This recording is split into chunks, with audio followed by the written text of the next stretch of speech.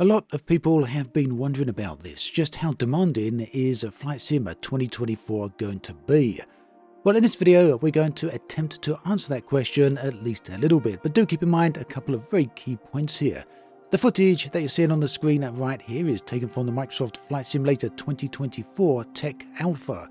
So this is not a complete build of the sim, this isn't the final version, and as such, for that reason, I won't be doing the full-on type of benchmarks and side-by-side comparisons that I'd normally be doing for this type of game. We're just going to fly around randomly at a few different very nice locations and just take a look at some of the stats to give you a bit of an idea of how things sit. Now, the install size for Flight Sim 2024, at least this alpha build, is shockingly small. Just look at this, it's only 9 GB in size. 9 GB for absolutely everything that you're going to see throughout this video. And that is because Microsoft are using a thin client with this, which means that the install is very small and the majority of the client, all the assets, all the data, all the files are streamed in as and when they're needed. Right here you can see the settings that I'm using for this version. We're going at 4K with DLSS on quality settings, and we've got everything on the default ultra settings. So this is pretty much about as high as you can go without setting things to the absolute extremes, such as maximizing the object's LOD. So I've also added another piece of information on the screen because as this is a small install, it means that so much of the sim, so much of the game is going to be streamed in. And a lot of people have been wondering what sort of internet speeds you will require. So you can see my Wi-Fi data usage here, and that hopefully should give you a bit of an indication of how things work. And also throughout this video, I'm going to be ending one flight and starting another. So this will be a quick flicking through between various different locations. But this should also give you a good indication as to load times as well as data usage. You can see there, as we jumped out of one map and into another, that did use up quite a bit of data just to load in at this particular view of the map. And as we scroll around, you can see the data usage is also quite high. Now, one thing regarding the information over on the left that I'm using, this is in MSI Afterburner, and like a complete knob, I completely forgot or unintentionally missed off the RAM usage. And this is, I realise, a key piece of information. I did want to know it myself because obviously Microsoft is saying that this does require 64 GB of RAM on the ideal settings, and I would love to have known what that is, but unfortunately I didn't set it, I forgot to set it, and didn't realise it until I sat down to record this video. Normally, I'd recapture all the footage again if I'd made a mistake like that, but the servers are now offline, so there's no way for me to go and capture that. Something we'll have to do for a future video when we get access again. So yeah, my apologies for that. But the key pieces of information we can see is right on the top left, the GPU usage. Below that, the memory usage on the GPU, and then the CPU usage. Now, I'm showing so many CPUs because Sobo and Microsoft have assured us that multi-threading is now much better in Flight Simulator. And as you can see, that does indeed seem to be the case. It's making good use of all the threads on the CPU. And finally, the last piece of information there is the frame rate we're getting. Now, do keep in mind I am using NVIDIA frame generation here, so that is boosting the frame rate by quite a bit. Also, as you saw at the beginning of the video, I'm running this on a very decent PC. I know that not everyone is going to have access to such hardware, so later on when we get another look at Microsoft Flight Sim 2024, we'll be doing some performance tests on some lower spec PCs as well, including the minimum spec. Ultimately, the point I want everyone to take home here is that whilst I am showing performance of the Tech Alpha, this shouldn't be mixed up with the final version of the sim that comes later on, as performance for that might be very different. Now, we're about to load in another flight here. I'm going to start a timer counting. I've already done this once in the video, although I was discussing something else at that particular time. So this will give you an idea of how long it takes to load in from the main menu here to the flight itself. I start the timer from the moment I click fly, and stop the timer the moment this zoom in starts. However, some of you may consider the moment it's fully loaded to be the moment you take control of the plane. Either way, that gives you some insight as to the loading speeds on my PC with my system. So yeah, pretty fast. That is much faster, I do believe, than what we saw in Flight Sim 2020. Now we're flying around Chicago here, and you can see how this has affected the bandwidth as the photogrammetry in the city loads in. It has some pretty high bandwidth requirements, but these are pretty short-lived. And just for context, so that you know, the bandwidth on my Wi-Fi is 600 megabits, so it doesn't get anywhere near the maximum of my Wi-Fi. And yes, there are some rather strange bugs in the alpha build. Cruise liners seem to make their way into some really unusual locations. Hopefully this is an issue that's fixed when Flight Sim 2024 goes onto its full release. We're going to end the flight here and go somewhere else. I think we'll go away from cities this time and have a look somewhere in the desert, somewhere in a mountainous region, somewhere where there's totally different types of landscape to load in. And again, as I scroll around here, you can see how loading in of the map does affect the bandwidth usage, and you can see there's some pretty big spikes. And again, we'll start the timer here just so that you get an idea of the loading times, and the loading times are not exactly the same each time, they can vary.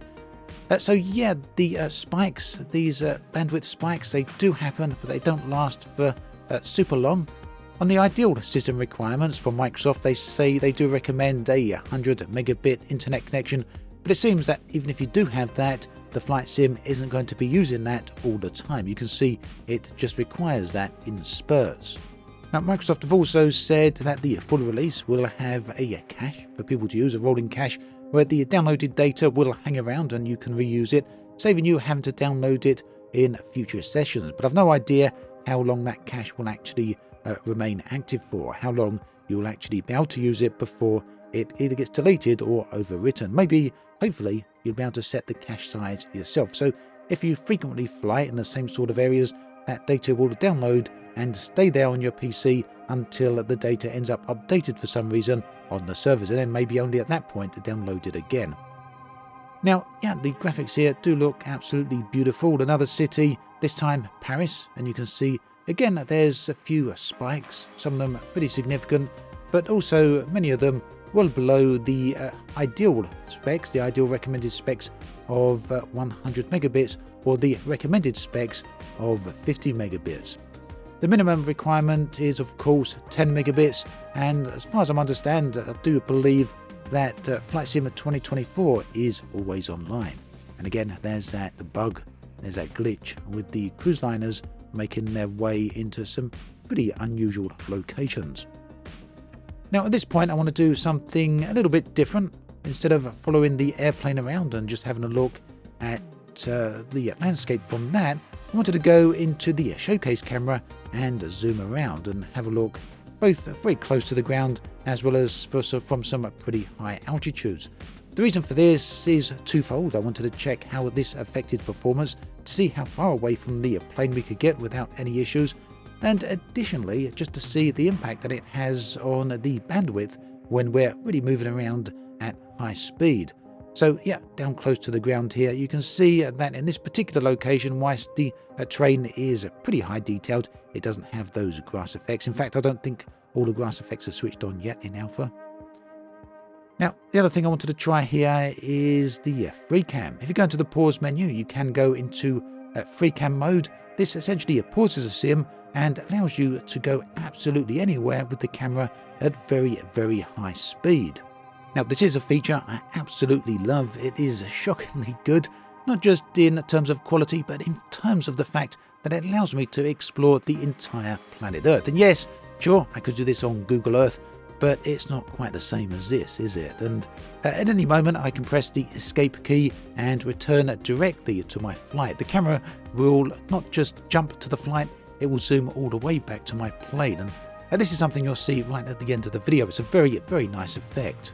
You can see here what altitude we can get to. In fact, we can go much higher than this. We can get all the way up into space and see the entirety of the Earth.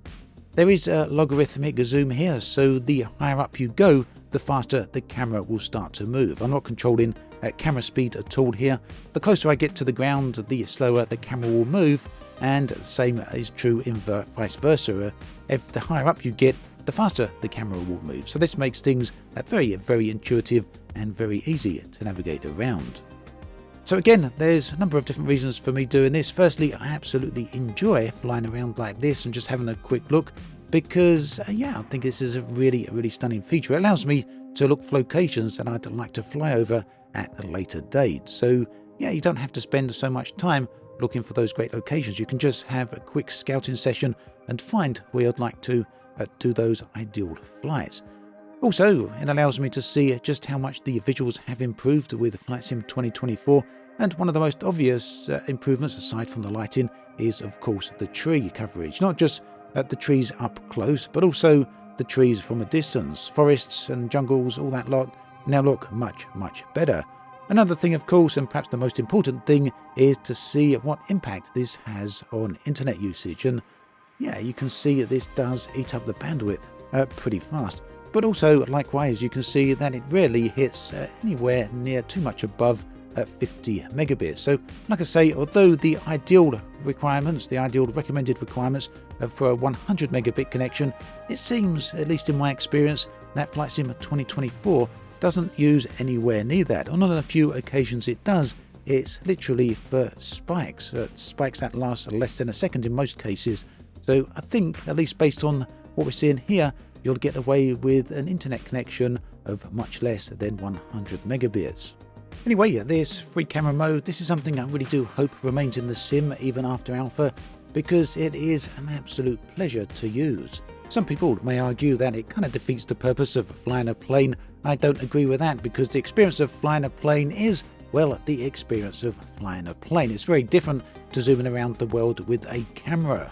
Now, I haven't spent a lot of time with the flight model in Flight Sim 2024, and the reason for that is, again, because this is the alpha build. I'm more interested here, this time around, in having a bit of a look at the different elements that the new version of the sim introduces, and that includes the photo mode, the career mode, free flight, and simply just having a look around at the landscape, whether that's zooming around with the camera or walking around on foot. In other words, I think Microsoft are very much aware that they have a diverse audience. They have audiences that are interested in Flight Sim for different reasons. This is something they spoke about at the preview event. I do believe this is something that people who attended the preview event did discuss, that Microsoft understand they have their core audience who are really interested in the Flight Sim from a simming perspective, as well as simmers who are, or players rather, who are interested in the sim because, well, they're gamers. They like to play it from a games perspective. And for those people, they have a career mode, as well as perhaps the photography mode and a few other elements. And then there's people who play the sim because, well, they're explorers. They love looking at scenery. And it seems that this version of the sim is being designed to cater to all three members, all three groups of that audience. And yeah, so far from what I've seen, it does seem to work very well. This particular mode is absolutely perfect for people who are interested in exploration and sightseeing. And this works well because, yeah, you can use this as a scouting mode. This is exactly what I'm doing, finding locations that I want to fly around, either in a helicopter or in a plane later on. But also because every so often I did have some very surprising encounters. You fly across a landscape like this and then come up against these types of areas where the detail and the quality of the visuals are really nice indeed. Just look at the fields here and the crops. Not really what you'd expect from a flight sim, is it? Absolutely stunning stuff. At any rate, do keep in mind that the videos I've made on the Tech Alpha and the videos I'm going to be releasing later this week, they're all with a focus of a high-level overview rather than a deep dive. I'm not prepared to go into a deep dive on the sim during alpha, when Microsoft have specifically stated that there's quite a few elements that are still missing. So I'd much rather just have a bit of a high-level overview and see how everything works and how everything plays out. At any rate, I'm going to leave it right here. I'm going to shut up. I'm going to leave the video playing for a little bit longer so you can see the end of my exploration here. So do stick around if you're interested in that. Thanks for watching this video all the way through. I hope it's given you a bit of insight as to how Flight Sim 2024 is going to perform and what it's like, at least on this hardware. I'll catch you next time, and do take care.